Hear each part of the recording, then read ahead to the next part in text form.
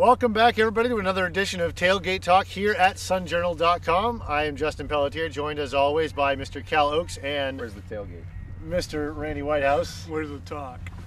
I suppose you provide most of that around here. Today. We're here at Leavitt Area High School in Turner this week to do our weekly roundup of the week ahead. You can smell it. Let's start here with these Leavitt Hornets because they had a statement game against Morse this past weekend. They've got Winslow and Gardner coming up. They could run the table here, guys. Morse, 4 turnovers, 3 first downs. I think that's all you need to know about that game. Yeah, we haven't given them enough credit for how balanced the team they are. Their defense is maybe more impressive than their offense.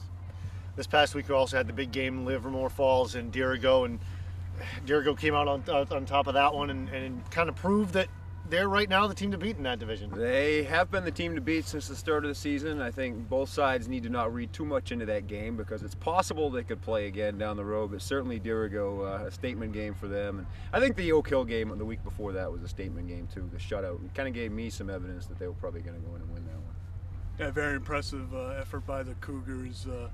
They took Livermore Falls' best shot in the first half. The Andes controlled the ball pretty much throughout the first half and played the kind of offensive game they wanted to play. And Dirigo still had the lead and were in position to blow it out in the second half.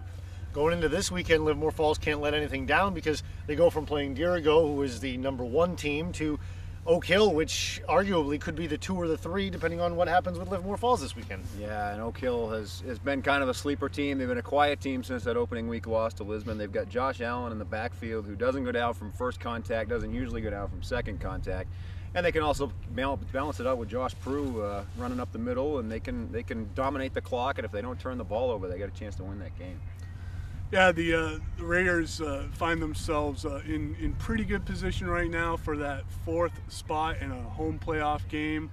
They need to finish strong. They've still got Yarmouth and Old Orchard kind of nipping at their heels a little bit. If they can pull off an upset this week, they'll be in great shape for a home playoff game. We mentioned it a little while ago, but Leavitt does play Winslow this weekend. Let's find out what their coaching and lined state of mind are going into this weekend. We've got a couple of linemen from their team as well as Coach Mike Hathaway. Let's have a listen. We're here with Leavitt coach Mike Hathaway of the undefeated Hornets. Mike, thanks for joining us. Appreciate it. Yep. Just talk about how the season has unfolded so far. You guys haven't been beaten yet. You've had some early blowouts, some easier games. Things are getting a little more difficult here in the second half of the schedule, but obviously got to be pleased with where you guys stand right now. Yeah, we had a tough opening game with Hamden, and since then we've had some games that have been a little bit easier score-wise, but we've had some tough opponents the last couple weeks with Waterville and Morse, and kids have played really well. Is that win over Morris last week, given what's happened the last couple of years with them, was that any kind of a psychological hurdle for you guys at all? Or? I don't know, a little bit. Our guys have done a pretty good job at taking the approach every week that, this week's the most important game, and we've got to prepare well and execute well. And I think the fact that they beat us the last 4 times, our kids wanted it maybe a little bit more than the others, but I wouldn't say it's any more important necessarily. Of course, here at Leavitt, one of the first things that people talk about is the offense and all the weapons that you guys have, and the guy in the middle of that kind of running everything is Eric Thies. Talk about his performance this year. Yeah, I think Eric's been one of the most improved players in the league this year. He does a great job running our offense. We ask him to do a lot of things at the snap of the ball in terms of reads and things like that, and he's also he's improved his strength, and he's been a good runner this year. He's been able to run between the tackles and outside, and he's throwing the ball pretty well too. So, you guys had a period where your top tailback, Josh Strickland, was out, but other guys filled the spot, and did a great job. Having that kind of depth, that's got to be a huge advantage for you guys. Yeah, Jordan Hersom and John Letourneau did a great job kind of stepping in and taking some of the touches that Josh normally gets in that span of time, and then Jake Willett and Jason Fisher and Tyson Nichols kind of rotated in at tailback, and I think it was actually kind of good for us. We built some depth at that time, and those guys did a nice job. The defense sometimes gets a little bit overlooked, but Absolutely. Another shutout last week. Just talk about how they've performed this year, and who some of the standouts on that unit have been. Well, we knew coming into the season our front 7 was going to be kind of the strength of our team, in particular the defensive tackles and Matt Porter, Matt Pellerin. Luke Wiley, they've done a great job up front. And then Jake Willett and Mitch Cobb have done a nice job at linebacker. We've really gotten good play out of all of our guys. Our secondary has really gotten a lot better the last couple of weeks. They did a great job against Waterville. With Kyle Bishop, is a real good quarterback, and just a good team effort on defense. We've got probably 15, 16 guys that rotate in fairly regularly, and they all do their job well. This is Matt Porter. Matt, thanks for joining us. A lot of the talk around this team is about the offense. You guys put up a lot of points, obviously, but the defense, I think, probably takes a lot of pride in what it does too. You think you guys get overlooked a little bit? No, like last year, our defense wasn't like, nobody thought we were that great, but like this year we kind of took it upon ourselves to like really make our get our name out there and stuff like that. We like to play as a team and stuff, and people recognize us, and Right here with Luke Wiley, guard and defensive tackle for Leavitt. Luke, the offensive line has been a big part of the team's success this year. You got a lot of veterans up front, some guys who have stepped in. Just talk about how that group has gelled this year.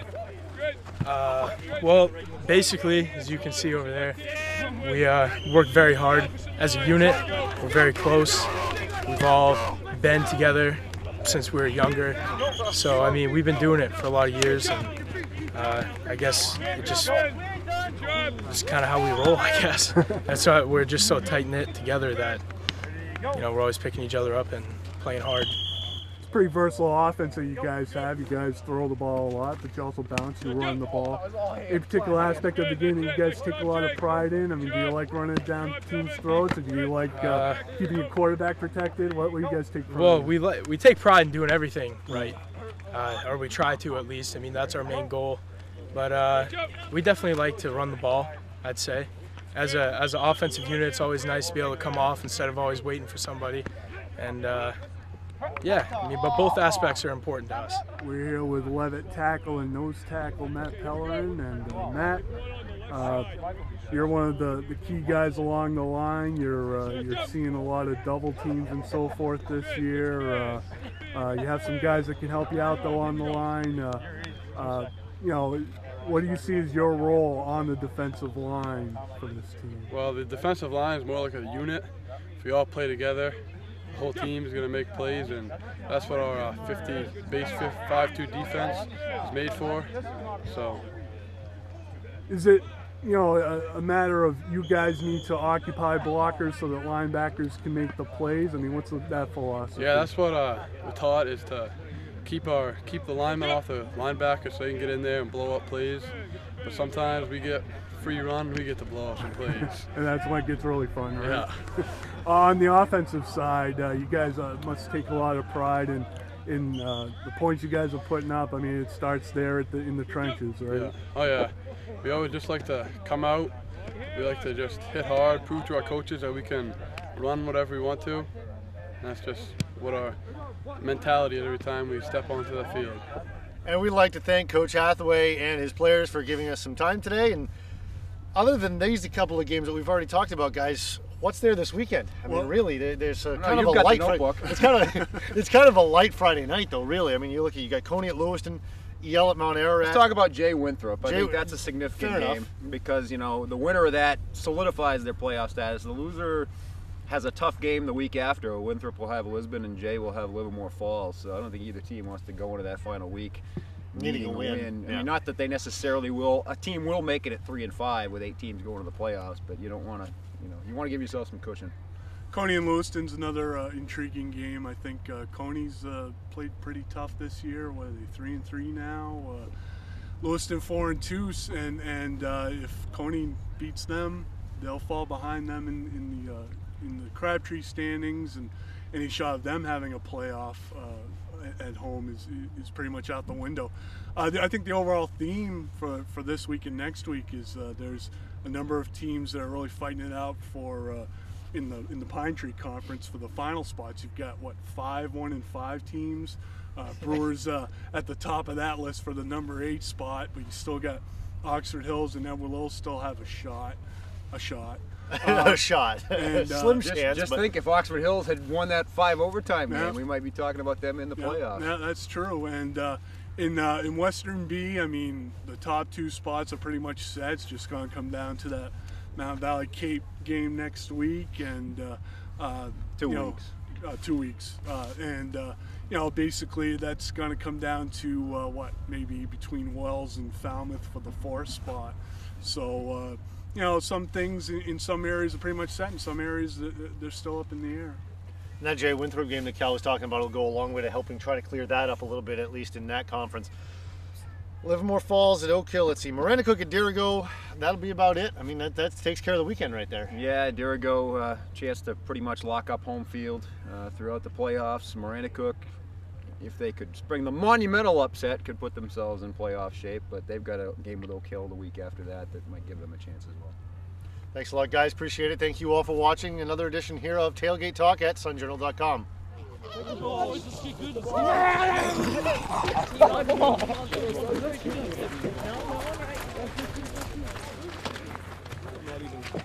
Contemplating. No. All I want is at least a 1-point win.